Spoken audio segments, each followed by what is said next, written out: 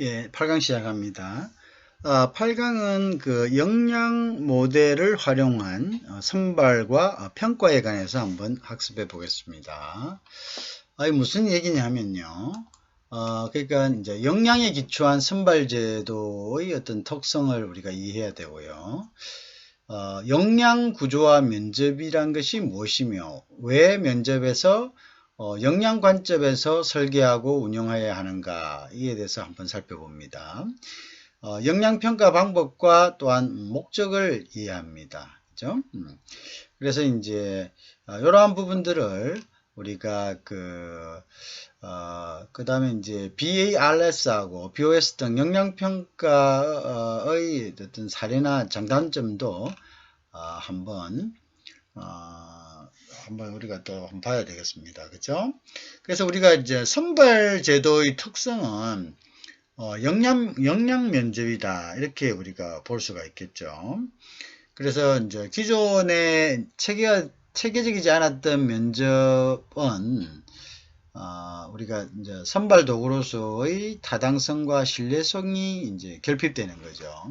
그래서 역량 면접이란 것은 채용을 할 인재의 조건, 그 조건이란 것이 결국 역량이 있느냐 없느냐죠. 그죠? 이를 파악하기 위해서 우리가 이제 어떤 질문을 구체화해야 하는 거고요. 이러한 질문을 통해서 역량을 구성하는 구체적 행동의 어떤 실천 여부를 또한 평가해야 되겠죠. 그래서 이제 기업들은 역량 및 행동의 어떤 이 사람이 역량이 있느냐 또는 이제 역량을 실천할 수 있는 그러한 행동이 되겠느냐 뭐 이러한 것들을 파악하기 위해서 보통 이제 우리가 1대1 면접이나 집단통이나 뭐 역할 연기나 프레젠테이션 등 다양한 방법을 도입하고 있습니다. 그래서 우리가 또한 이제 보통 역량평가는 매년 뭐 1, 2회 정도 정기적으로 이제 진행되는 평가에서 비중도 굉장히 높습니다. 30에서 40%의 비중을 차지하죠. 그래서 보통 이제 우리 역량평가에는요, 평정척도법이라든지, 그 다음 이제 행위기준 척도법, 뭐 여러 가지 이제 이런 방법들이 우리가 도입이 되는데요. 한번 보면은 그래서 이제 그 다음에 이제 뭐 또 어떤 것이 있나, 그 다음에 기술식 서술하는 방법 이런 방법들이 있습니다. 그래서 뒤에 이제 하게 되니까 일단 그래서 이제 평정척도법하고 행위기준척도법, 그 다음에 행동관찰빈도법, 기술법 이런 것들이 있는데 행위기준척도법과 행동관찰빈도법은 우리가 보통 역량평가의 결과를 어떤 보상하고, 그죠? 인센티브로 연결할 경우에 활용하는 방법이 이제 행위기준척도법하고 행동관찰빈도법이 그렇고요. 그다음 기술식, 즉 서술식 방식은 직원들을 우리가 교육시킨다든가, 그죠? 직원들의 스스로의 어떤 개발과 육성을 위한 방법이기도 하죠. 기술법은 그런 각각의 목적이 조금씩 틀릴 수가 있습니다. 그죠? 그래서 그런 점들을 우리가 조금 이해를 할 필요가 있다. 자, 그래서 이제 인적 관리 시스템을 개선하기 위해서 역량 모델을 활용하는 사례가 증가하고 있습니다. 그래서 또 일부 기업들은요, 역량 모델을 중심으로 제반적인 인사관리 시스템을 다시 재설계하려고 하고, 그리고 이제 이러한 것들이 사실은 실질적으로 조직의 성과 향상에 기여를 하고 있는 경우가 많습니다. 그죠? 또 그렇지 않은 기업들도 물론 있습니다. 그죠? 그래서 우리가 일부 개별 시스템만 역량 모델을 이용하는 기업들도 있고, 그죠? 그래서 필요에 따라서, 그죠? 그러니까 그것은 그 조직이 처해 있는 여러 가지 상황이나 뭐 조직 문화에 따라서 이게 일률적이라고는 할 수가 없어요. 그렇지만 어쨌든 역량 모델을 활용하는 사회가 증가하고 있는 것만은 사실입니다. 그죠? 그래서 우리가 1990년대 후반에는요, 우리나라의 대기업들은 역량 모델을 중심으로 교육훈련 체계를 정립을 했죠. 그 다음에 이제 교육과정을 또한 역량을 기초로 설계했고요. 이제 이후의 역량 모델은 이제 선발이나 평가나 승진 등 분야에 이제 활용되면서 역량을 기초로 한 통합적인 인적 자원 관리 시스템을 완성했죠. 그렇죠? 그런데 이제 중소기업을 중심으로 한 많은 기업들은 이제 성과 평가의 객관성 확보와 그다음에 임금 차등 공정성을 확보하기 위해서 그 역량을 정기적인 평가에 이제 국한해서 활용하고 있는 실정이죠. 실질적으로, 그죠? 자, 그래서 이제 그 부분들을 우리가 참고로 하고요. 그 다음에 이제 이 역량 모델을 선발에 활용하고 있는 경우에, 그죠?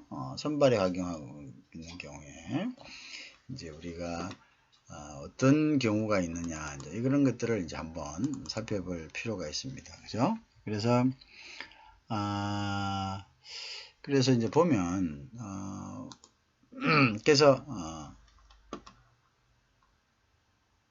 그래서 이제 이 핵심 역량을 측정하기 위해서는요, 다양한 평가 방법들을 함께 활용해야지 이제 이 정확성을 높일 수가 있습니다. 근데 이러한 다양한 평가를 위해서는 한 사람당 소요되는 그 시간과 비용이 굉장히 높습니다. 그죠? 이름에도 불구하고 기업에서는 능력이 있는 우수한 인재뿐만 아니라 회사에 적합한 인재를 채용하기 위해서 이러한 이제 그 confidence interview, 즉 역량 면접이죠. confidence 인터뷰에 투자를 아끼지 않고 있습니다. 그죠? 그래서 우리가 보통 보면 기업들이 역량 중심의 면접 제도를 도입하기 위한 방식을 보통 보면요. 일반적으로 이제 역량 면접은 회사가 기존에 가지고 있는 역량 모델을 활용하는 수도 있고요. 그죠? 역량 모델을 활용하는 수도 있고, 이제 또 어떤 경우냐면은 이제 면접용으로 수정 개량한 역량에 기초해서 설계할 수도 있습니다. 그죠? 그래서 이제 그래서 우리가 보통 보면 공통 역량, 리더십 역량, 직무 역량 이렇게 구별되는 구성되는 이제 그 역량 모델이나 그다음 채용 대상 인력의 특성과 필요성에 맞게 역량 면접을 각 회사들이 개발하고 있습니다. 그래서 역량별로 역량 프로파일과 또 이제 행동 면접을 개발하는 것은 시간과 비용 측면에서 많은 제약이 있죠. 그래서 이제 보통 기업들은 실질적으로 이러한 것들을 진행하기가 굉장히 어렵습니다. 그래서 이제 국내 기업의 이제 일반적인 접근 형태는 공통 역량을 대상으로 하는 경우죠. 그래서 이제 공통 역량에 대한 면접 가이드를 제정하는 이제 전형적인 하나의 이제 절차를 보면요. 보통 이제 회사의 어떤 기업의 준비 정도에 따라서 차이가 있으나 뭐 보통 최소 4주에서 한 10주 정도의 기간이 필요하고 일반적으로 역량 모델이란 것은 사전에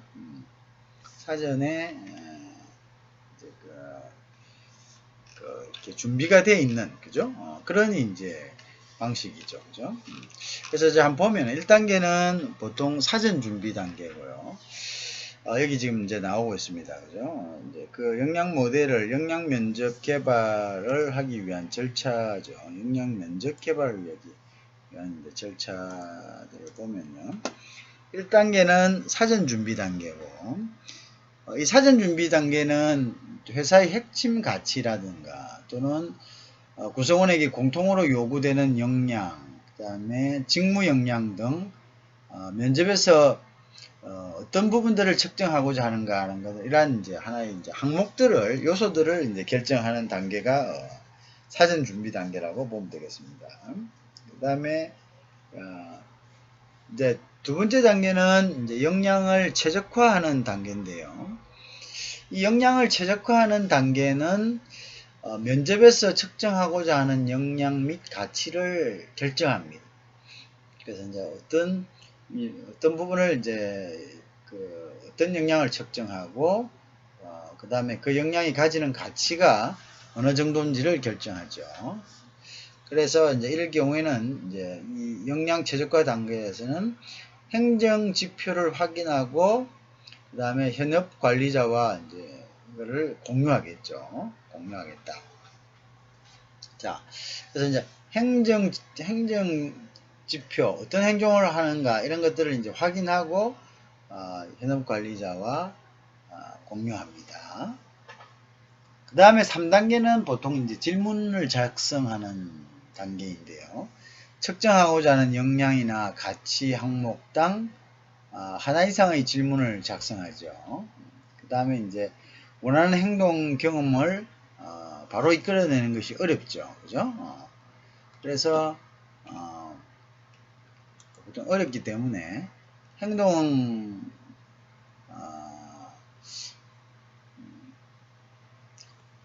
행동이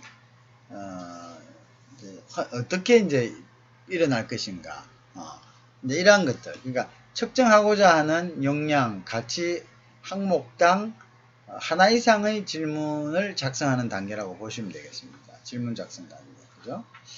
그 다음에 이제 탐색 질문을 하는데요. 보통 어떠냐면은 원하는 역량을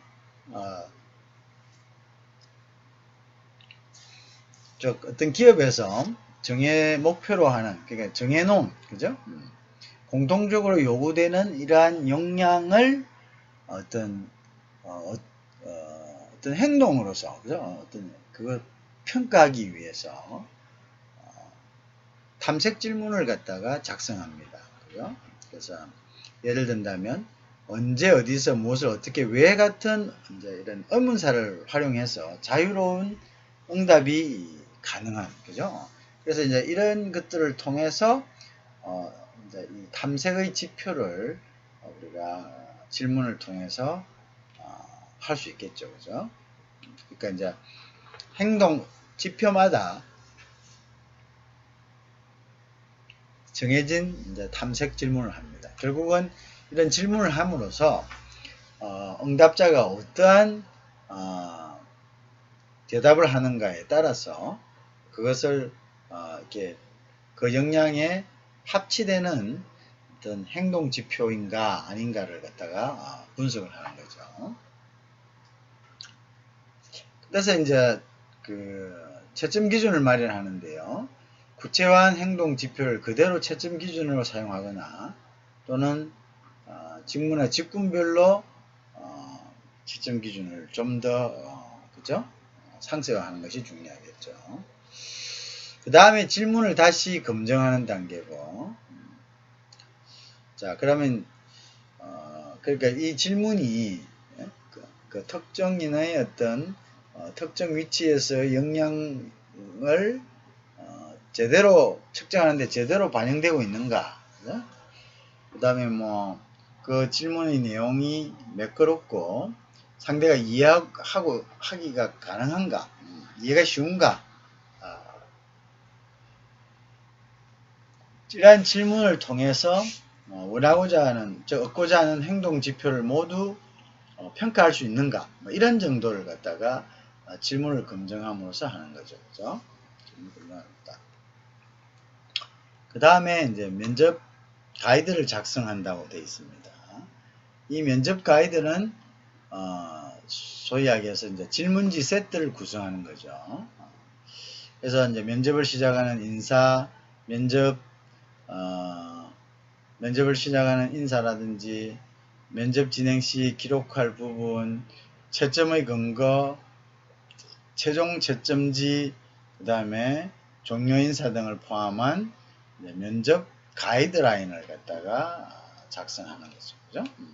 자, 결국은 이제 역량 면접의 어떤 개발 절차라고 할 수가 있겠습니다. 그죠? 역량 면접의 어떤 개발 절차라고 우리가 할 수가 있겠죠. 자, 그래서 이제 보면 보통 그런 부분들 조금 더 보겠습니다.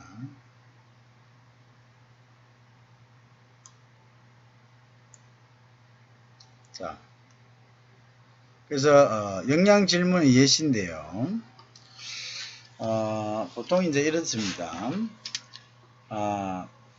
기획 및 조직화에서는 예를 들어서 이제 역량에서 후보자의 조직화 능력을 어떻게 측정할 것인가. 그러면 질문 방법은 조직화에 관하여 후보자의 특성에 관해서 질문합니다. 자, 그 다음에 이제 가설적인 프로젝트를 어떻게 조직화하는지 질문한다. 그 다음에 이제 파일링 시스템을 선호하는지 뭐 이런 식으로. 그 다음에 보통 보면 계획 및 조직화에 대해서 이제 조직화 능력을 어떻게 그 다음에 문제 해결 이런 식으로 그죠? 이 역량 관계가 이제 계획 및 조직화, 문제 해결의 관계에 대해서는 문제 사항을 어떻게 분석하는가, 가장 효과적인 답을 신속하게 찾는 능력을 측정하는 점. 예를 들면 문제 해결 능력의 예를 들어보라고 한다. 어려운 상황을 기술하고 후보자에게 핵심 포인트를 찾게 하고 잠재적인 해결책을 찾도록 한다. 이런 거죠. 자, 그래서 그런 것들이고요. 의사결정은 후보자가 어려운 결정을 어떻게 하고 또 결정을 신속하게 실천하는가를 측정하는 것이 역량이죠. 자, 그래서 이전의 경험을 물어보고요. 과거에 어려운 결정을 했던 경험을 물어보고 어떻게 결정에 도달했는가, 결정을 어떻게 처리했는가에 대한 질문을 하는 거죠. 그 다음에 역량 중에 이제 대인관계 협력인데 후보자가 상사, 동료, 부하와 잘 지낼 것인가, 고객과의 관계를 원활하게 이끌 것인가 하는 것이 이제 역량 측정의 어떤 방법, 목표죠. 그래서 팀워크에 관한 후보자의 경험을 물어보는 거죠. 자, 팀에서 같이 일하기를 좋아하는지 아니면 혼자 일하기를 좋아하는지 동료 사이에서 발생된 가상적인 문제를 어떻게 처리할 것인지를 물어봅니다. 그죠? 자, 그 다음에 이제 의사전달 같은 경우 역량을 측정하는 데서 후보자가 명확한 의사전달을 표현하는지죠. 인터뷰 자체에서 후보자의 표현력을 평가하거나, 그죠? 또 문장 기술력에 대해서도 물어보는 거죠. 자, 이거 보면은 우리가 역량이 있고, 그죠? 역량이 있고, 그 다음에 이 역량을 평가하기 위한 질문 방법들을, 그죠? 이렇게 이제 만들어 나간다는 거죠. 지금 이제 이 예에서는 이제 기획 및 그 다음에 어떤 조직화의 역량, 그죠? 그 다음에 문제 해결의 역량, 의사결정의 역량, 그죠? 그 다음에 이제 대인관계와 협력과 관련된 역량, 의사 전달과 관련된 역량, 이러한 것들에 관한 질문을 우리가 이제 한다는 거죠, 그죠? 그런 이제 내용이 되겠습니다. 그래서 이러한 것들을 하기 위해서 사전 준비 단계, 그 다음에 아까 여기 위에서 봤죠. 자, 그래서 이제 사전 준비 단계, 역량 최적화 단계, 질문 작성 단계, 탐색 질문 단계, 채점 기준 단계, 그 다음에 질문을 다시 검증하는 단계, 그 다음에 면접 가이드 이제 작성 단계, 이렇게 우리가 나눴다 했죠. 나눴다. 자, 그러면 이제 요 뒤에 거를 보니까, 그죠? 요 뒤에 거를 보니까 우리가 이제 이 앞에 것을 이해할 수 있겠죠. 그래서 보통 이제 사전 준비 단계에서는 그 뭡니까? 요것은 이제 회사의 핵심 가치, 구성의 공통적으로 요구되는 역량, 그죠? 그 다음에 직무 역량 등 면접에서 측정하고자 하는 이제 역량들, 그죠? 그래서 면접에서 요 이제 사전 준비 단계에서는 면접에서 측정하고자 역량, 그죠? 역량을 갖다가 결정합니다. 어떤 역량을 결정할 것인가, 그죠? 그 단계죠. 그 다음에 이제 최적화 단계에서는 결국은 이제 요거는 면접에서 측정하고자 하는 역량 및 가치를 갖다가, 그죠? 이제 가치를 결정한다. 역량의 가치. 이것은 이제 역량의 가치를 측정한다. 그죠? 역량의 가치를 측정한다. 그죠? 이제 그 다음에 이제 행동 지표를 확인한다. 이것도 되겠죠. 그 다음에 이제 질문을 작성하는데 측정하고자 하는 역량 가치 항목당 원하는 행동 경험을 이끌어내는 거. 그죠? 그 다음에 결국은 이제 질문이란 것은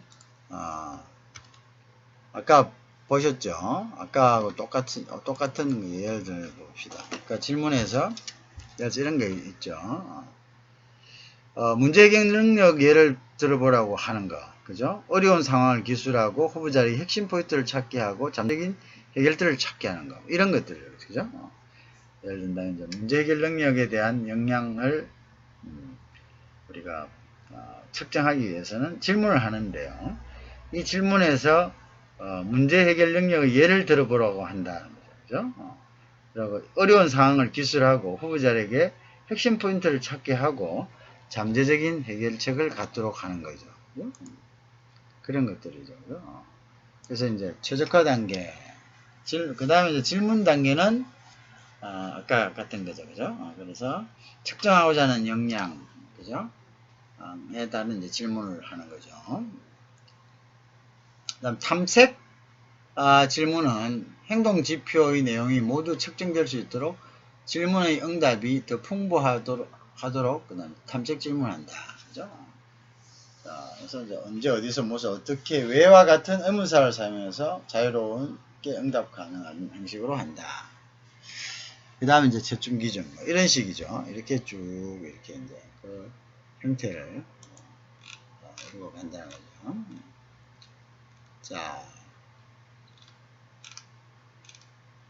자 이제 준비 단계에서 아까 했고 그래서 이제 아까 준비 단계에서 한 거는 회사의 핵심 가치나 구성원에 공통되는 역량, 직무 역량 등을 이제 고려하는 거죠. 그래서 아까 같은 그런 것들이죠. 그래서 이제 역량 최적화 단계는 아까 이야기했습니다. 여기서 측정하고자 하는 역량을 결정하는 단계입니다. 그죠? 결정하는 단계. 그 다음에 보통 이제 우리가 이제 행동의 전이 가능성이라는 말이 있는데요. 요거는 이제 역량 면접에서 중요한 개념입니다. 자, 무슨 말이냐면요. 미래에 할 행동은 과거의 유사한 상황에서 했던 행동이 전이돼서 나타난다는 거죠. 전이돼서 나타난다. 자, 그래서 효과적인 역량 면접 개발은 과거의 행동을 찾아내기 위하여 행동의 전이 가능성을 염두에 두고 질문을 개발해야 된다. 그죠? 과거의 행동을 찾아내기 위해서. 왜냐하면은 미래의 행동은 과거의 것을 그죠? 그 말이죠. 과거의 것이 미래의 행동은 과거의 유사한 상황에서 했던 행동이 전이되어 나타나기 때문에 결국은 우리가 미래의 행동을 갖다가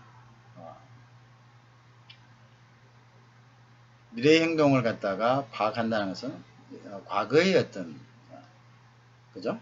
과거의 어떤 이 사람의 어떤 태도나 이런 것들에 대해서 파악할 수 있다는 거죠. 그죠?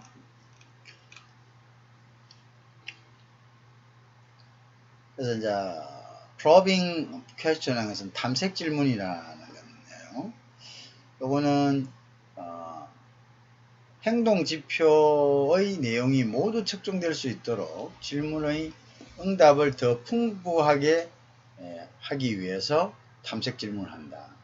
그거는 뭐 예를 들어서 언제 어디서 무엇을 어떻게 왜와 같은 의문사를 사용돼서 자유롭게 그죠? 응답이 가능하도록 한다. 자, 그 다음에 이제 채점 기준 그런 것들을 다시 한번 했죠. 자, 질문 검정, 문제 가이드. 자, 그래서 이런 이제 절차를 거쳐서 역량 면접을 이제 개발할 수가 있죠. 실제로 국내의 대다수의 대기업은 역량을 선발 과정에 효과적으로 적용하고 있습니다. 그렇죠? 기업들은 응시자의 역량을 정확하게 판단하기 위해서 다양한 모의 면접을 동시에 실시하고 있고요. 가장 일반적으로 하는 면접으로는 이제 토론 면접, 프레젠테이션, 그리고 역할 연기 등으로 이제 하고 있습니다. 그렇죠? 토론 면접, 프레젠테이션, 역할 면접 등이 있다. 자, 역량을 측정하기 위해서요. 토론 면접은 역할이 주어진 토론 방식과 그렇지 않는 토론 방식으로 구분이 되는데 주로 의사소통, 리더십, 대인관계에 대한 역량평가를 위해서 사용됩니다. 의사소통이나 리더십 등 대인관계에 대한 역량평가를 위해서 활용됩니다. 그 다음에 이제 프레젠테이션 면접은요. 기업이 제시한 사례를 분석하고 이를 발표하는 방식으로 진행되는 면접 방식입니다. 그래서 주로 발표력, 설득력, 논리적 사고, 창의력 등을 이제 평가하기 위해서 활용됩니다. 그리고 특정 상황에서 대응 역량을 평가하기 위해서는 역할 연기를 이제 활용하기 되죠. 자, 그래서 무슨 말인지 이야기했죠. 그래서 토론 면접이란 것은 주어진 역할이 주어진 토론 방식과 그렇지 않은 토론 방식으로 구분이 되죠. 주로 이제 이런 토론 면접을 통해서 의사소통, 리더십, 대인관계에 대한 역량평가를 위해서 활용합니다. 그리고 이제 프레젠테이션 면접은 기업이 제시한 사례를 분석하고요.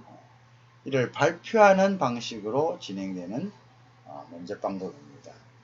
이 면접 방법은 주로 발표력, 프레젠테이션 면접 방법, 설득력, 논리적 사고, 창의력 등을 평가하기 위해서 사용되죠. 자, 그리고 이제 보면 특정 상황에서 대응 능력을 이제 평가하기 위해서는 역할 연기가 활용됩니다.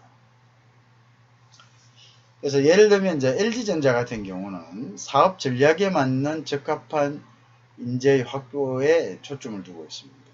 그래서 인재 유치단을 구성해서 타깃 분야에 대한 국내 및 해외 우수 인재를 확보하는 활동을 벌이고 있는데요. LG전자는 선발 과정에서 역량을 파악하기 위하여 프레젠테이션 면접을 실시하고 있습니다. 그래서 프레젠테이션 면접 시에는요. 지원한 실무부서에서 과거 또는 현재 진행 중인 업무에 대한 내용을 제시하고 이에 대한 의견을 발표하도록 해서 바로 그죠? 직무 적합성을 판단합니다. 바로 그죠? 그 다음에 이제 그 실질적으로 현실적인 문제를 실무에 지금 부닥치고 있는 문제를 바로 같이 이렇게 고민하는 그죠? 그런 형식으로서 의견을 구하는 거죠. 그러면 모두가 지금 현실에 부딪혀 있는 그런 현안을 가지고 평가를 하기 때문에 보다 현실적이고 그죠? 그 다음에 또 뭐냐면 정말 그러니까 현실적이기도 하지만 가장 어떡합니까? 적절한 그러한 면접 방법이 되겠죠. 왜냐하면 구성원들이 거기에 대해서 머리를 맞대고 있는 그런 상황에서 과연 그죠? 구성원들과 비교했을 때 새로운 신입자의 생각이 적어도 구성원들을 팔로우할 정도는 되는지 아니면 보다 더 창의적인지 이런 것들을 우리가 그거 할 수가 있는 거죠. 그죠? 자, 그래서 이제 굉장히 참 유용한, 그죠? 유용하고도 아이디어가 좋은 그런 면접법입니다. 그리고 이제 금호아시아 같은 경우는 어떤 식으로 했냐면 신입사원의 경우 서류 전형하고 인성 적성검사, 집단토의 역량면접, 환자시험 자질, 인성면접 그래서 최종 합격자를 선발했다. 특히 이제 1차 시험 때는요, 역량면접과 집단토론을 실시하고 있다. 그 다음에 이제 GS 칼텍스 같은 경우는 다양한 인재 선발을 위한 방법으로서 여러 가지 선발 도구를 통해서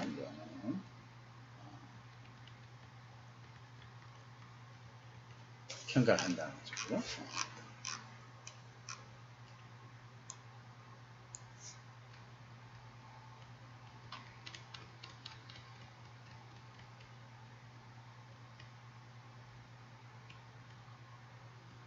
자, 그래서 이제 보면,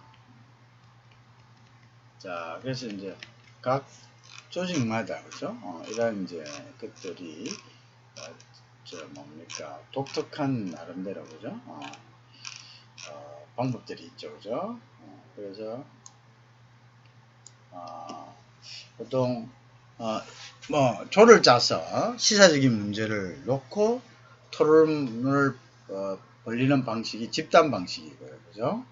4년 내에 선정된 직무 역량을 검증하기 위해서 질의응답을 실시하고 있다. 자기소개 검토해서, 그죠? 개별 면접은 보통 그렇게 합니다. 그죠? 자, 이 밖에도 뭐 여러 가지 기업들이 여러 가지 이제 역량을 평가하기 위한 그런 면접들을 많이 실시하고 있죠. 그죠? 자, 이제 그거는 이제 그 방법이죠. 그 방법을 우리가 본 거고, 또 예를 든 것도 있고요. 자, 그래서 보면, 자, 보면요. 그 다음에 이제 평가 및 보상에 이제 활용하는 건데, 전통적으로 활용해온 평가 방법은 평정척도법, 행위기존법, 그 다음에 행동관찰빈도법, 기술적 방법 이런 게 되어 있습니다. 그래서 이제 역량평가 방법으로 가장 많이 활용되고 있는 방법은 행위기준척도법하고 행위관찰빈도법입니다. 자, 이러한 것들이 이제 보통 평가 및 보상에 활용하는 거죠.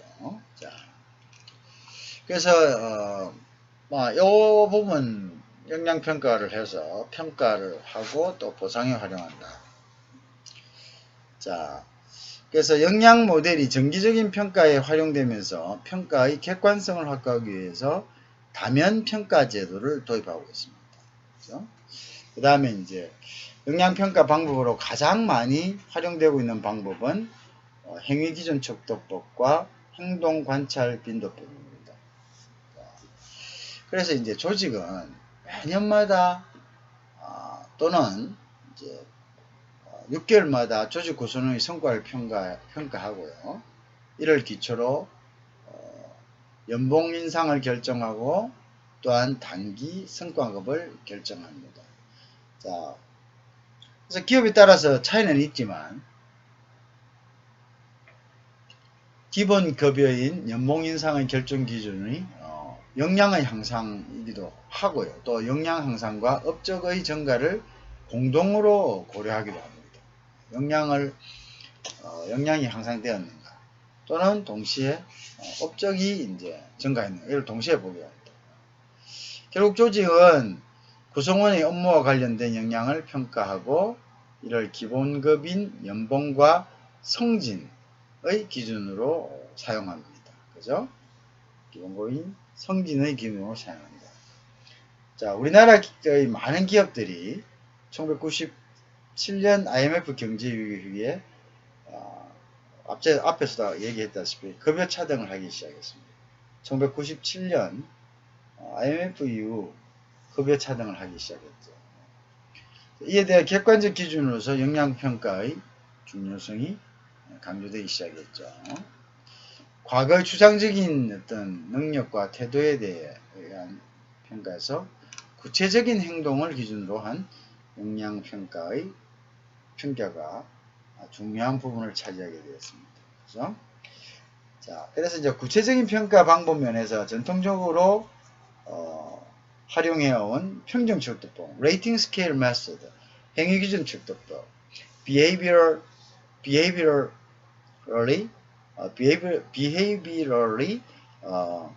anchored rating scale, 그래서 BARS.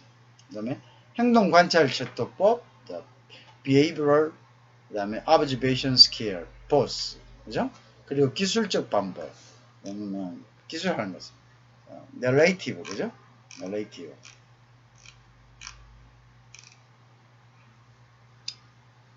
description을 활용하고 있다.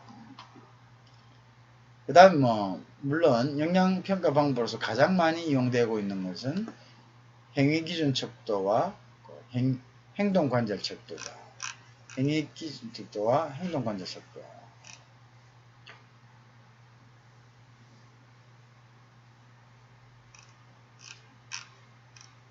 자, 뭐라고요?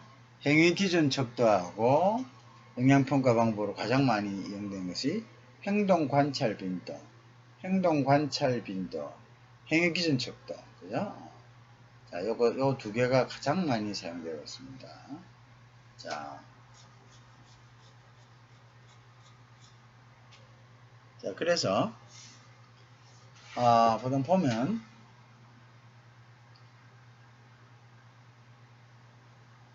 행위기준 척도와 행동관찰 빈도 부분입니다. 자,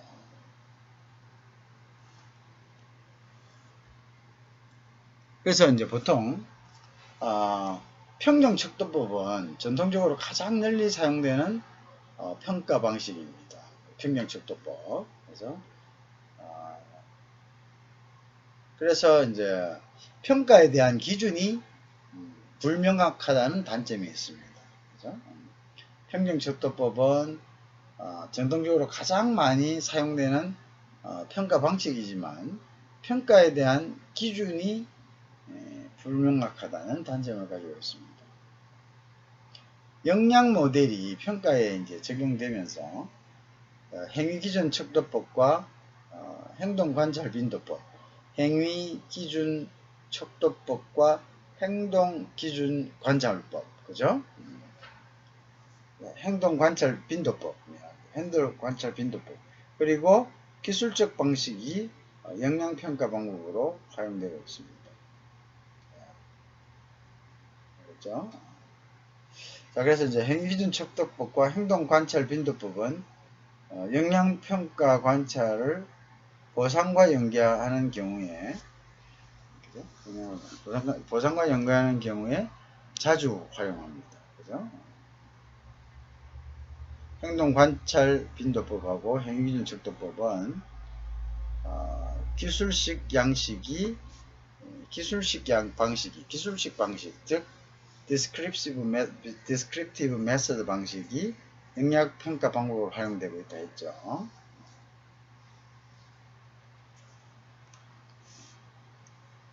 그래서 이제 보통 이 두 개는 보상과 연계된다 했죠. 앞서서 행위기준 척도하고 행동관찰 빈도는 보상과 연계되는 경우에 자주 사용되지만 기술식 방식은 역량을 육성 측면에서 고려할 때 사용됩니다. 그래서 화장품 및 생활용품을 생산하는 국내 대기업은 역량을 기술식 방식으로 평가하고 이를 기준으로 직원들의 어떤 육성 개발에 이용하고 있습니다. 근데 대부분의 기업들은 역량을 행위기준 척도법이나 행동관찰 빈도법을 적용해서 평가하고 있습니다. 그죠? 그래서 이제 보스 방식의 행위기준법, 행동기준 관찰법의 이제 평가 영양표입니다. 어떻게 되냐? 이렇죠. 예를 들어서 복잡한 과제를 체계적인 방법으로 처리할 수 있는 작은 단위로 세분한다 했을 때 이제 우리가 오점 리카드를 써서 전혀 그런 행동을 하지 않은 행동을 가끔 함, 대체로 이러한 행동을 하는 편임. 자, 자주 행동함, 그 다음에 이러한 행동을 항상 함, 이런 식으로 나누어서 평가하는 거죠. 그죠? 자, 그 다음에 이제 요거 이제 요런 것들이 이제 역량에 관계된 설문 학문이죠.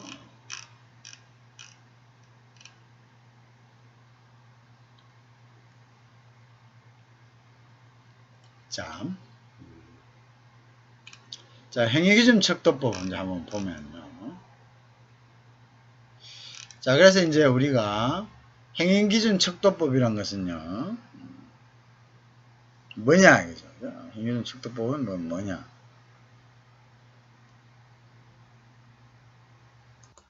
자, 그래서 행위기준 척도란 거는요, 자, 그래서 이제, 행위기준 척도란 것은, 뭐, 예를 들어서 이런 겁니다. 역량을 성숙도 단계에 따라, 이렇게 4단계로 구분하고, 각 단계별로 역량의 수준을 정의하는 것이다. 이렇게 되겠습니다. 그래서 이제 역량의 인식하는, 그죠? 성숙도의 단계가 낮은 1단계부터 역량을 발휘 2단계, 그 다음 역량을 지도할 수 있는 3단계, 그러니까 일반이 4단계로 구분합니다. 그죠? 그래서 이제 역량의 수준을 단계별로 구분하고, 평가의 객관성을 확보하기 위해서, 제시하는 것이죠. 그죠? 그래서 그거를 우리가 역량 기준 척도법이라고 하는 거죠. 그 다음에 이제 그래서 이제 일반화하는 4단계까지 하고 그래서 이제 역량의 수준을 단계별로 구분하고 평가의 객관성 확보하기 위해서 단계별로 구체적인 행동을 구분해서 제시하는 거죠. 제시하고 있습니다. 단계별로 행동을 구분해서 제시한다. 그것이 이제 핵심적인 부분이 되겠네요. 그것이 핵심적인 이제 부분이 되겠습니다. 자, 그 다음에 다시 이제 보면 그 다음에 척도기준법 말고 행동관찰빈도법 있죠. 그래서 행동관찰빈도법은 그 다음에 이거는 각 역량별로 그 다음에 이제 다차원의 행동을 도출하여 각 행동 항목별로 관찰빈도를 평가한다. 이렇게 되는데요. 이제 좀 그래서 이제 역량 모델이 정기적인 평가에 활용되면서요. 평가의 객관성을 확보하기 위해서 다면 여러 면에서의 평가 제도가 도입되고 있죠. 그래서 이제 뭐냐면요. 평가는 전통적으로 평가는 직속 상사가 했잖아요. 그죠? 왜냐하면 이제 직속 상사는 이제 개인 직무 업무를 잘 안 한 편이고, 그죠? 그 개인을 잘 평가할 수 있는 위치에 있는 거죠. 그러나 한 사람이 평가가 하게 되면 오류가 발생할 수 있죠. 그죠? 그럼 관계에 따라서, 그죠? 직원이 부당하게 평가될 가능성도 배제할 수 없죠. 따라서 이제, 평가자의 범위가 확대되면서 다양한, 관계자가 평가를 하는 방법으로 변화하게 되겠죠. 그죠? 그래서 우리가, 360도 평가, 360도, appraisers, 그죠? 라고 하는데요. 상사가 아래를 평가하고 부하가 상사 평가하는 것, 동료가 옆에서 평가하는 것, 내부 고객으로부터 평가, 그리고 내면적인 피드백인 자기평가, 그죠? 이러한 것들로 평가를 포함합니다. 이제 이런 다면 평가가 되려면 물론 개인 업무를 관찰할 수 있는 기회가 주어졌을 때 가능할 거죠. 그러니까 뭐 결국은 이런 5가지 평가를 모두 포함하는 것은 쉽지 않습니다. 따라서 이제 모두가 다 이렇게는 할 수 없으니까 이 중 몇 개를 골라서 평가를 할 수 있을 것입니다. 따라서 이제 이러한 방식은 주로 개발 목적으로, 그죠? 뭔가를 이제 사람을 좀 더 향상시킬 목적으로 사용되게 됩니다. 만약 이걸 관리 목적으로 하면은 뭐 예를 들어서 뭐 부하가 보복의 두려움을 뭐 이런 게 생기겠죠, 그죠? 익명성 유지되지 않을까봐 염려하는 등 문제점이 발생하겠죠. 그러니까 이런 것들은 그냥 그 사람의 어떤 스스로의 개발을 위해서 레퍼런스를 줄 때 이러한 평가를 하는 경우가 많이 있습니다. 그죠? 자, 그런 부분들을 우리가 좀 이제 해야 되고요. 다음으로는 우리가 또, 그래서 이번에는 이제 이런 역량 모델을 활용해서 교육훈련 및 성진, 이런 것들에 이제 적용하는 이제 케이스를 한번 보겠습니다. 그래서 우리가 이제 이번 챕터에서 배워야 될 거는 역량에 기초한 교육훈련 체계 수립에 대해서 학습하고요. 교육훈련 체계의 수립 사례를 학습하고 응용 방안을 갖다가 이해합니다. 평가센터의 목적을 이해하고요. 평가센터의 구성과 운영 방법을 이해합니다. 그 다음에 이제 평가센터의 적용 사례를 학습해 보는 것이 이제 이번 챕터의 키워드가 되겠습니다. 그렇죠? 자, 다시 한번 이번 키워드의 이제 그 핵심은요. 역량에 기초한 교육훈련 체계의 수립에 대해서 자, 역량을 기초로 한 교육훈련 체계, 그 다음에 교육훈련 체계 수립 사례를 그 다음에 학습하고 교육 방안을 응용 방안을 이해합니다. 그죠? 그 다음 평가센터의 목적을 이해하고요. 평가센터의 구성과 운영 방안을 이해합니다. 그래서 또한 평가센터의 적용 사례를 갖다가 학습해 봅니다. 자, 그래서 역량 모델을 활용한 이것을 활용해서 교육훈련 및 성진과 성격에 어떻게 적용하는가. 자, 거기에 대해서 이제 한번 보는데요. 자, 그래서 이제 이런 역량 모델은 교육훈련을 통해서 개발할 행동과 기술의 목록으로 구체적으로 제공되기 때문에 교육, 그 다음에 교육 체계도 이제 그 개발 및 교육과정 개발에 유용하게 활용됩니다. 자, 교육 체계도라는 것은 직급, 직위별로요. 직급이나 직위별로 조직 및 그 내부의 구성원들이 제공받을 수 있는 역량 관련 교육과정의 내용, 방법, 시간 등을 도식화한 자료를 말합니다. 알겠죠? 자, 그래서 결국은 역량 관련 교육과정의 내용, 방법, 시간 등을 도식화한 자료를 우리가 말합니다. 그렇죠? 그렇죠? 자, 그래서 교육과정이란 것이 교육계획이나 체계가 결정되면 이를 구체적으로 실현할 수 있는 프로그램을 말합니다. 그걸 우리가 교육과정이라 하죠. 그 프로그램 자체를 교육과정이라 하죠. 그래서 교육과정에는 강의, 토론, 워크숍 등 교육 방법 방법과 형태도 포함되는 거죠. 그죠? 그래서 이제 강의, 그 다음에 토론, 워크숍 등 교육 방법과 형태도 포함됩니다. 그죠? 자, 그래서,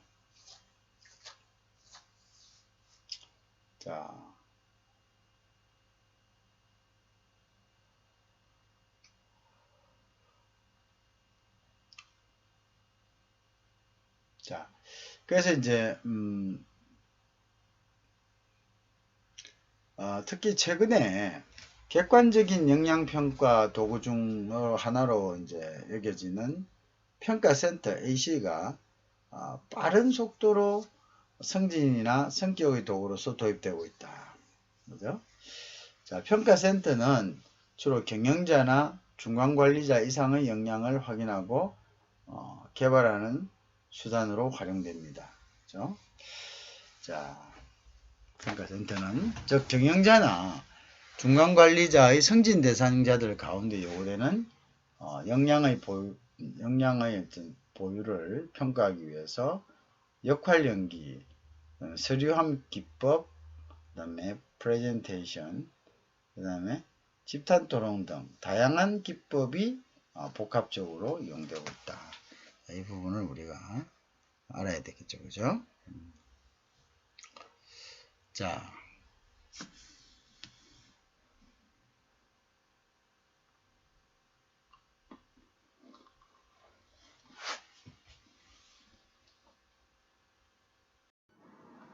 자, 역량 질문의 예시입니다. 예를 들어서 우리가 측정해야 될 역량에 예를 들면 이제 계획 및 조직화에 관한 역량을 측정하고 싶다. 그죠? 그랬을 때 후보자의 조직화 능력을 이제 측정을 어떻게 할 것인가, 이 부분의 역량을 측정하기 위해서는 질문 방법을 이제 이렇게 할 수 있겠죠.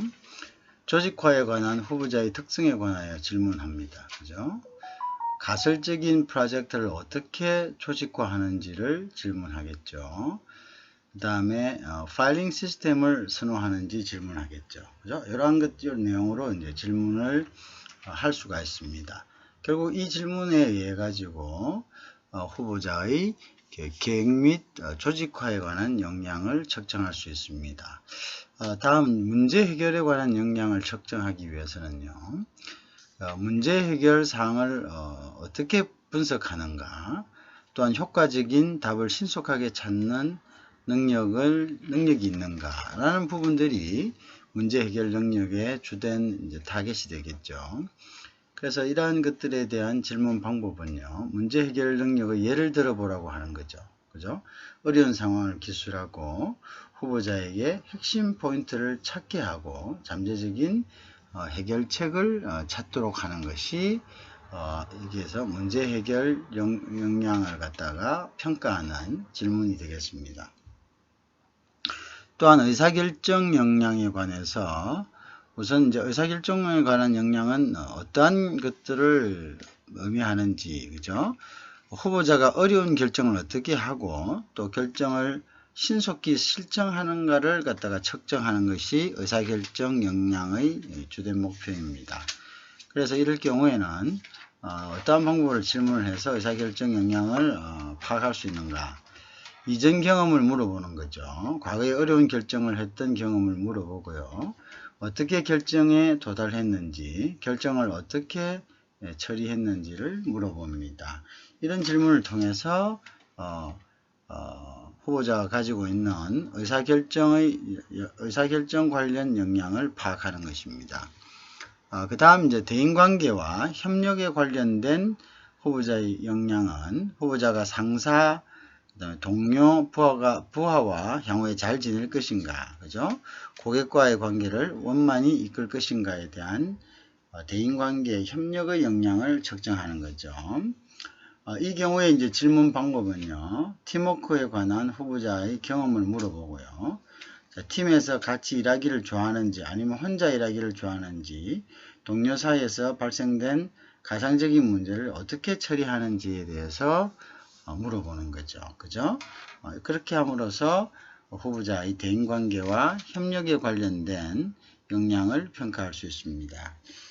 다음은 의사 전달에 관련된 후보자의 역량을 측정하는 방법입니다. 의사 전달과 관련된 후보자의 역량은 후보자가 명확히 자신의 의사를 표현하는가를 파악하는 데 있습니다. 그래서 이제 이럴 경우에는 면접 자체에서 후보자의 표현력을 평가하거나 또는 문장이나 기술력에 대해서도 질문해 봅니다. 이렇게 함으로써 이제 우리가 역량 질문, 즉 후보자의 역량, 즉 그 조직이 필요로 하는 역량을 후보자가 가졌는가를 파악하기 위해서 역량 파악을 위한 질문 방법을 이제 한번 살펴본 거죠. 자, 그 다음에 이제 또 좀 보면요. 이제 이러한 역량 파악은 우리가 이제 교육 훈련에 활용할 수 있는 것, 또는 평가 및 보상에 활용할 수 있는 것, 또한 이제 성진에 활용할 수 있는 것, 이러한 이제 목적들이 다 다릅니다. 이러한 목적에 따라서 역량의 평가 방법도 또는 평가 항목도 달라져야 되겠죠. 그래서 우리가 훈련에 이런 교육 훈련에 활용하는 경우입니다. 그래서 역량 모델은 교육 훈련을 통해서 조직 구성원들이 개발할 행동과 기술의 목표를 구체적으로 제공해 주기 때문에 교육과정 개발에 유용하게 활용합니다. 그죠? 그래서 우리가 보통 이제 역량에 기반한 교육과정 개발의 5단계가 있죠. 사전 분석 평가 및 계획, 그 다음 역량 모델을 개발하고 교육과정을 계획하고 교수 전략의 설계와 개발, 그 다음에 평가, 이런 순서 등으로 우리가 진행됩니다. 알겠죠? 자, 이런 것들이 교육훈련에 활용되는 역량 평가의 평가들이고요. 그 다음에 이제 평가와 또 보상에 이용된다, 이렇게 이야기했죠. 그래서 평가와 보상에 이용되는 경우는 보통 조직들은요 6개월마다 조직 구성원의 성과를 평가해서 이를 기초로 연봉 인상하고 또는 단기 성과급을 결정하죠. 그죠?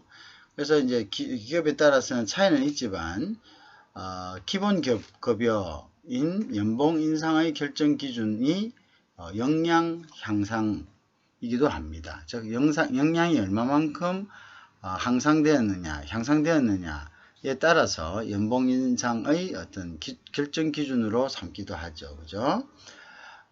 또 뭐 역량 향상과 업적의 증가를 공통으로 이제 고려하기도, 업적하고 역량하고 공통으로 고려하기도 하고 하는데, 결국은 우리 이 역량이란 것을 고려한다는 거죠. 그죠? 그래서 이 역량을 평가해서 기본급여인 연봉과 또는 성진과 성격의 기준으로 활용합니다. 그죠?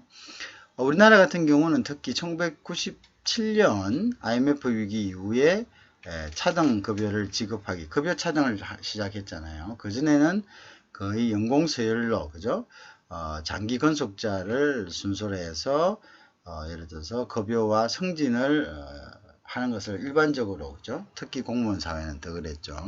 그런데 우리가 1997년 IMF 경제 위기가 오면서, 그죠? 여기에서 이제 어떤 능력을 가진 사람들, 이제 이런 사람들에 대한 것들이 이제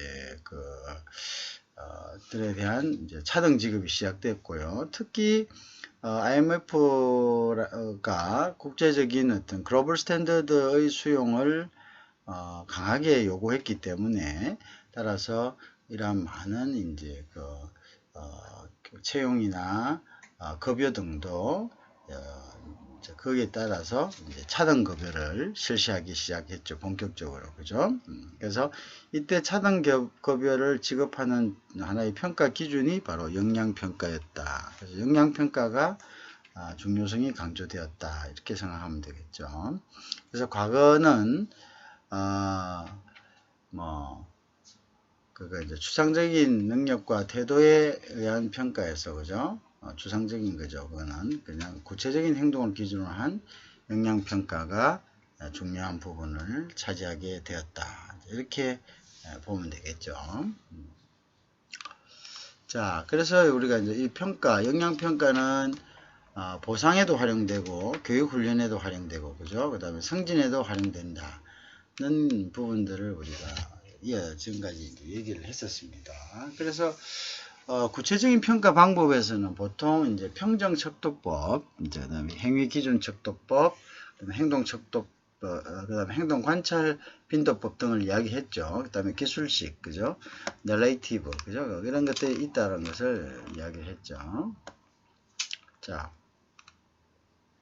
그래서 이제 보면 그런데 이제 우리 또 한 가지 또 봐야 될 게 있습니다. 뭐냐면요, 우리가 그쵸, 이제 이게 이제 성진 성격에 이용되는 경우죠.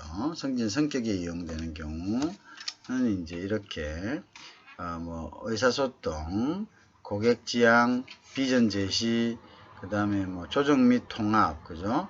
결과 지향, 전문가 의식, 혁신 주도, 문제인식 및 이해, 전략적 사고, 그죠? 이러한 것들에 대해서 우리가 뭐 이렇게 성진과 성격이 활용할 경우에, 그죠? 요거는 이제 한 통신사의 예를 들어서 그 시뮬레이션 어떤 운영 계획을 갖다가 예를 든 건데요, 그죠? 어쨌든 성진과 성격에도 이러한 역량평가가 이용된다는 거죠, 그죠? 그렇다. 자, 그래서 이제 예를 들면 한번 봅시다. 역량평가 예를 한번 들어보면요. 역량평가. 자, 뭐, 역량명은 고객 지향이 있느냐. 그죠? 고객 지향, 고객을, 이렇게 중심으로 하는, 그래서 고객 중심 사고죠. 그게 고객 지향이란 거죠. 그래서 고객의 관점에서 사고하고, 그다음 고객의 요구를 적극적으로 파악하며 만족시키는 역량이 있느냐 이거죠.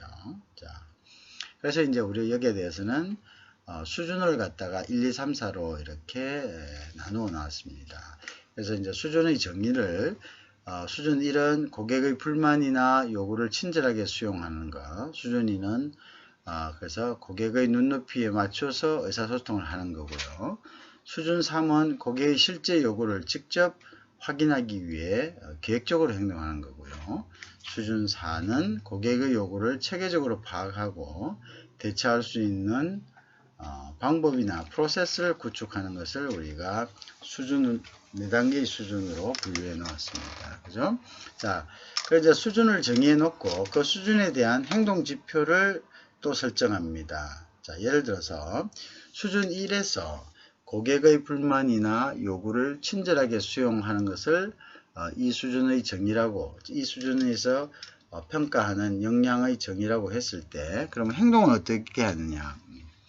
자, 그러면 이제 행동 지표는 고객의 불만이 제기되었을 경우 진심으로 사과와 감사의 뜻을 표해야 되죠. 그죠? 자, 그럴 때 이제 이것이 수준 1, 즉 수준 1, 고객의 불만이나 요구를 친절하게 수용하는 역량을 실행하는 그런 행동이 되겠죠. 그래서 이제 이것의 구체적인 행동 지표가 고객의 불만이 제기되었을 경우 진심으로 사과와 감사의 뜻을 표시하는 거죠. 자, 그러면 이제 보면 현장 고객의 불평과 불만을 적극적으로 이제 수용하는 것, 그죠? 그것이 이제 또 밑의 이제 부분이 되겠죠, 그죠? 그 다음에 이제 보면 뭐 겸손하고 친절한 태도로 고객을 대하는 것이죠, 그죠? 자, 그것이 행동 지표가 되겠습니다. 뭐 하기 위해서 수준 1의 어떤 역량인 고객의 불만이나 요구를 친절하게 수용하는, 그죠? 이러한 그 역량, 그죠? 이 역량에 대한 구체적인 행동은 고객의 불만이 제기됐을 경우 진심으로 사과와 감사의 뜻을 표시한다. 그 다음에 현장 고객의 불평과 불만을 적극적으로 수용한다. 그 다음에 겸손하고 친절한 태도로 고객을 대한다. 이렇게 되겠죠. 그 다음에 이제 2단계 보면, 수준 2에 보면은 고객의 눈높이에 맞게 의사소통을 한다 돼 있죠. 행동 지표로는 각종 문서를 고객이 이해하기 쉽게 작성하는 것. 그죠? 그것도 중요하죠. 시장이나 제품에 관한 정보를 고객의 입장에서 이해할 수 있도록 하는 거죠. 또한 고객이 쉽고 정확하게 이해할 수 있도록 자료를 정리하고 설명하는 것입니다. 이것이 이제 수준 2어에서 고객의 눈높이에 맞게 의사소통을 한다는 그러한 수준 정의에 맞춘 행동 지표들입니다. 그 다음에 수준 3은 고객의 실제 요구를 직접 확인하기 위해 계획적으로 행동하는 역량을 이야기합니다. 자, 그래서 고객의 실제 요구를 직접 실천하기 위해 계획적으로 행동하는 이러한 역량은요. 자, 그 행동 지표로는 고객이 직접 뭡니까? 접촉함으로써, 고객과 직접 접촉함으로써 불편이나 불만을 경청하고, 그 다음에 숨겨진 고객의 욕구를 파악합니다. 그죠? 그 다음에 고객의 소리에 관심이 많으며 다양한 방법으로 고객 정보를 수집합니다. 자, 다음으로는 또 뭐냐면 고객의 니즈를 파악하기 위해 주기적으로 어떻게 한다고요? 자, 이제 주기적으로 직접 현장을 방문하는 것. 자, 이런 것들이 이제 3단계에 대한 행동 지표가 되겠습니다. 그 다음에 이제 4단계 행동 지표 역량은요, 고객의 요구에 체계적으로 파악하고 대처할 수 있는 방법이나 프로세스를 구축하는 겁니다. 그래서 고객의 요구를 분석하는 프로세스를 구축하여 사내에 적용하는 것이죠. 그죠? 그래서 현장과 고객의 트렌드를 알아내기 위한 계획을 수립하고 실행을 촉진하는 겁니다. 고객과 시장의 변화를 파악하기 위해 기법을 갖다가 고안해서 제공한다. 그래서 이제 마케팅적인 기법을 이야기하죠. 자, 이제 이러한 것들이 모두 행동이 되겠습니다. 그죠? 이런 것들이 모두 행동 지표가 되겠습니다. 그죠? 예, 이 표는 국내 대기업에서 이용하는 행위기준 척도법에 의한 역량평가표입니다. 그래서 이 행위기준 척도법이 사실은 가장 많이 쓰이는 역량평가표이죠. 그래서 예를 들어 보면요. 우리가 이제 복잡한 과제를 체계적인 방법으로 처리할 수 있는 작은 단위로 세분화한다. 이런 항목에 대해서 이제 이렇게 행동을 하지 않음, 행동을 가끔 함, 이런 식으로 자주 이러한 행동을 함, 항상 이러한 행동함, 이렇게 이제 리커드 척도로 5단계로 이렇게 표시를 하죠. 그 다음에 집단 앞에서 자신의 의견을 정확하게 전달할 수 있도록 준비하고 발표한다. 개인적인 시간을 투자해서라도 자기계발을 위한 기회를 적극적으로 찾는다. 새롭고 독특한 아이디어를 많이 제안한다. 반드시 개선할 필요가 있다고 판단되면 개인적 노력이나 희생을 감수하고 문제 해결을 주도한다. 이런 식으로 이런 것들이 바로 보스 방식의 역량평가표입니다. 그죠? 그래서 이제 여기에 대해서 평가를 5단계로 해놓은 거죠. 이렇게 이제 좋은 긍정적인 평가, 부정적인 평가로 나누어서 교육을 해놓은 거죠. 그죠? 그리고 보면 이제 또 복잡하고 상호 연관된 시스템 내에서 사건이나 정보가 가지는 함축적인 의미를 파악한다. 그 다음에 정중 앞에서 자신 있게 행동하며 자신이 말하고자 하는 바를 이해하기 쉽게 전달한다. 그죠? 그 다음에 냉정한 자기평가 혹은 외부 피드백을 통해 끊임없이 자신의 강점과 개발의 필요성을 찾는다. 그죠? 타인의 창의적인 아이디어를 비즈니스 상황으로 전이시키는데 아주 능숙하다. 그 다음에 수행의 향상이나 시스템 개선을 위해 안정된 상태에서 벗어나려는 시도를 한다. 그죠? 자, 요것들이 이제 전부 보면, 결국은, 이제, 행위척도를 기준으로 한, BOS 방식의, 역량평가표에 해당됩니다. 그죠? 자, 그러면 이런 역량평가들을 우리가, 임금이라든지 교육훈련이라든지 또는 이제 자기 어떤 성진 같은 거 목적에 따라서 이용될 수 있다는 얘기도 했습니다. 그죠? 그래서 이제 그래서 그런 부분들을 우리가 그 목적에 이용하는 방법들, 그죠? 각각의 목적에 따라서 역량 모델은 교육 훈련을 통해서 조직 구성원들이 개발할 행동과, 그죠?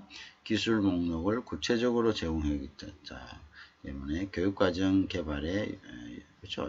이런 것들을 토대로 해서 교육과정 개발에, 그죠? 유용하게 이용할 수가 있는 거죠. 그죠? 그래서 이러한 피드백을 통해서 구성원들이 모자라는 부분, 그죠? 이러한 것들을 교육과정에서 보충해주는 이러한 프로그램들이 필요하겠죠. 그 다음에 이제 보통 보면은 역량에 기반한 교육과정 개발 단계 보면요, 우리가 사전 분석 평가 및 계획을 하고요, 역량 모델을 개발하고 교육과정을 또 여기에 맞는 교육과정을 갖다 역량 모델을 발전시킬, 그죠? 역량을 발전시킨 모델을 개발하고 이 모델을 교육과정에 어떻게 반영할 것인가를 계획하고, 그 다음에 이것을 또 어떻게 가릴 것인가, 그죠? 교수 전략의 설계와 개발, 그 다음 평가, 이 순으로 이렇게 이제 피드백이 오가겠죠, 그죠? 자, 그 다음에 또 성진이나 성격에 활용될 수가 있겠죠. 물론 보상에도 활용될 수 있다는 건 우리가 했었습니다. 그래서 성진이나 성격에 활용하는 경우는 조직 내의 정기적 성격은 정기적인 평가 체계의 기초를 이루어야 되겠죠. 그죠? 정기적인 평가에 의해서 정기적인 성격이나 성진이 이루어져야 되겠죠. 그 다음에 이제 상사 중심의 전통적인 평가의 단점으로, 그죠? 객관적 평가에 대한 의문이 최근 많이 제시되고 있습니다. 그래서 최근에는 그래서 객관적 역량평가 도구 중의 하나로 평가센터, 어세스먼트 센터가 빠른 속도로 도입되고 있습니다. 어세스먼트 센터, 그죠? 자, 평가센터는 장소적 개념이 아니라 그냥 모의 직무 상황을 가정한 다양한 기법을 사용하여 피평가자의 특성을 중복 관찰하는 평가 시스템입니다. 그렇죠? 중복 관찰한다.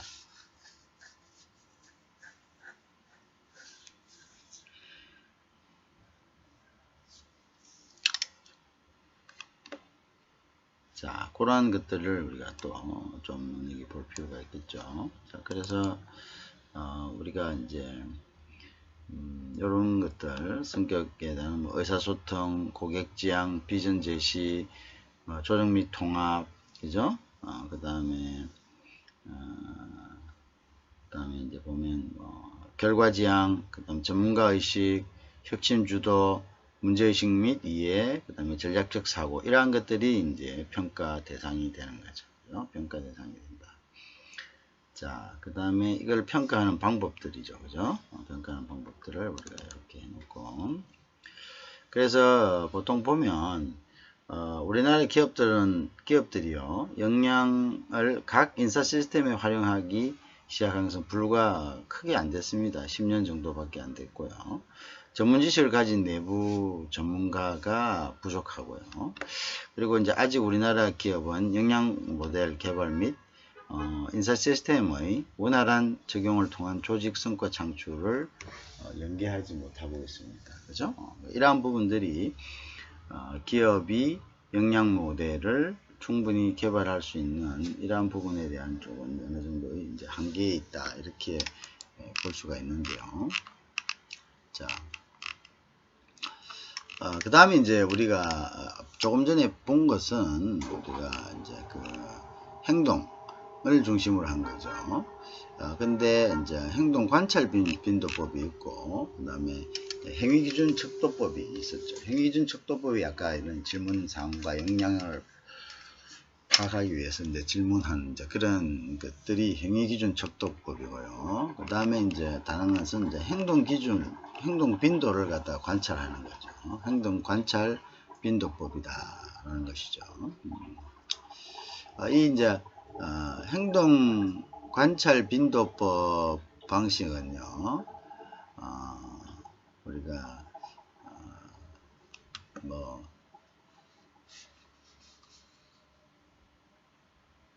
자, 그래서 여기 이제 요 부분은 이제 요 테이블은 우리가 행위기준 척도법을 이용해서 역량을 평가한 거고요.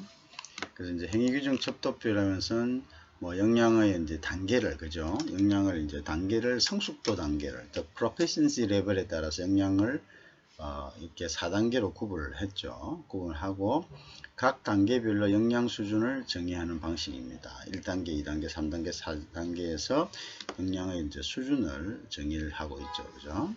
그 다음에 이제 역량을 인식하는 성숙도의 단계가 낮은 1단계부터 역량을 발휘하는 2단계, 1단계, 2단계부터 역량 발휘하고 역량을 지도하고, 그죠? 그리고 이제 역량의 일반화가 가능한 4단계까지 이렇게 구분을 합니다. 그래서 이렇게 이제 되는 거죠, 그죠? 이렇게 분류를 하는 것을 이야기합니다. 그래서 이제 역량의 수준을 단계별로 구별하고, 그 다음에 평가 객관성을 확보하기 위해서 구체적인 행동을 갖다가 구분하여 제시하고 있죠. 그죠? 구체적인 행동을 우리가 구분해서 제시하고 있습니다. 그죠? 그 다음에 이제 우리가 여기 뒤에 있는 것은, 요거는 이제 요 표는 요거는 우리가 행동관찰법입니다. 행동관찰 빈도법입니다. 그죠? 요거는 이제 행동관찰 빈도법은 요 앞에 거하고 요 두 개가 사실 역량평가에 가장 많이 쓰이는 어떤 평가 방법입니다. 그래서 행동관찰 빈도법은요, 각 역량별로 여러가지 차원의 행동을 도출하고요. 그 각각 행동 항목별로 얼마만큼 빈도가 일어나는지를 기준으로 해서 평가합니다. 그죠? 그래서 각 항목별로 각 그 역량별로 그 행동을 갖다가 쭉 이렇게 나열을 하고요. 이 행동이 얼마만큼 자주 일어나느냐를 평가자가 평가하는 거죠. 그죠? 평가자가 평가하는 거. 구체적인 행동을 나타내고 그 행동을 갖다가 얼마만큼 자주 일어나는가 라는 것을 갖다가 즉 항목별로 관찰 빈도를 기준으로 해서 평가하는 거죠. 그래서 이제 요런 두 가지 방식이 사실 역량평가에 가장 많이 이용되고 있습니다. 그래서 역량 모델이 정기적인 평가에 활용되면서 평가의 이제 객관성을 확보해야 되잖아요. 이래서 이제 최근에는 또 이제 다면평가라는 것은 말 그대로, 그죠? 원래 전통적으로는 상사가 부하를 평가하는 게 대부분이었죠, 그죠? 그런데 이제 부하뿐만 아니라 상사뿐만 아니라 동료, 그 다음에 자신의 부하 내지는 스스로도 자신을 평가하는, 그죠? 이러한 시스템을 우리가 다면평가를 하는데, 실제로 다면평가는 뭐 여러가지 한계상으로 모든 다면, 즉 모든 그 척도에서 평가하는 것은 사실은 조금 불가능하죠, 그죠? 하지만 이제 그러한 이제 그 경향으로 흐르고 있다, 그죠? 그렇게 있다, 그죠? 그러니까 이제 이런 이제 다면 평가들, 행위빈도 관찰법을, 행위관찰 빈도법을 통해서 이러한 다면 평가를 하려면은, 이러한 평가들을 하려면은 사실은 뭐 상사뿐만 아니라 동료, 그 다음에 부하가 이 일에 대해서 피평가자가 하는 일에 대해서 아주 그 소상히 알고 있어야 되겠죠, 그죠? 자, 그럴 때 효과를 나타내는 건데, 그렇지 않을 때는 이제 오히려 더 잘못 평가할 수 있다는 이러한 단점을 가지고 있습니다, 그죠? 또한 이제 부하가 상사를 평가할 경우는 뭐 보복이나 이런 것들 때문에 익명성 유지에 대한 두려움이 있죠. 과연 내가 그 평가를, 물론 익명성을 요구해야 되겠죠. 익명성을 보장해야 되는데 이러한 평가에서 내가 불이익을 받지는 않을까 하는 그런 부분들이죠. 그죠? 그러한 것들에 대해서 두려움이 있다. 이렇게 되겠죠. 그죠? 자, 이제 그런 것들이 이제 되겠습니다. 그죠? 자, 그래서 뭐 이런 것들도 우리가 여러 가지가 있었습니다. 영양평가가 최근에 우리가 그 보상, 그 다음에 성진, 그 다음에 교육의 어떤 기초 자료로서 이루어진다는 거죠. 그래서 이제 최근 이러한 이제 영양평가의 중요성들이 강조되면서 우리가 assessment center, 즉 영양평가 센터를 별도로 두고, 그죠? 객관적으로 어떤 구성원의 영양평가를 하려는 그러한 이제 경향들이 최근에 나타나고 있는 것을 우리가 알 수가 있겠죠. 자, 그래서 뭐 교육훈련에 이용되는 부분들, 또 성진, 그 다음에 보상에 이용되는 부분들, 그죠? 그런 것들이 있고요. 그 다음에 이제 그런 부분들을 우리가 지금까지 좀 이렇게 해왔습니다. 그죠? 그래서 이번 장에서는 이제 그런 부분들을 여러분들이 조금 그죠? 이해를 하는 것이 좋을 것 같다는 생각이 듭니다. 자, 그래서 요거는 이제 이렇게 해서 하고 다음 장에서 그죠? 다시 한번 조금 더 나아가 보겠습니다. 그죠? 예, 그렇게 하도록 하겠습니다.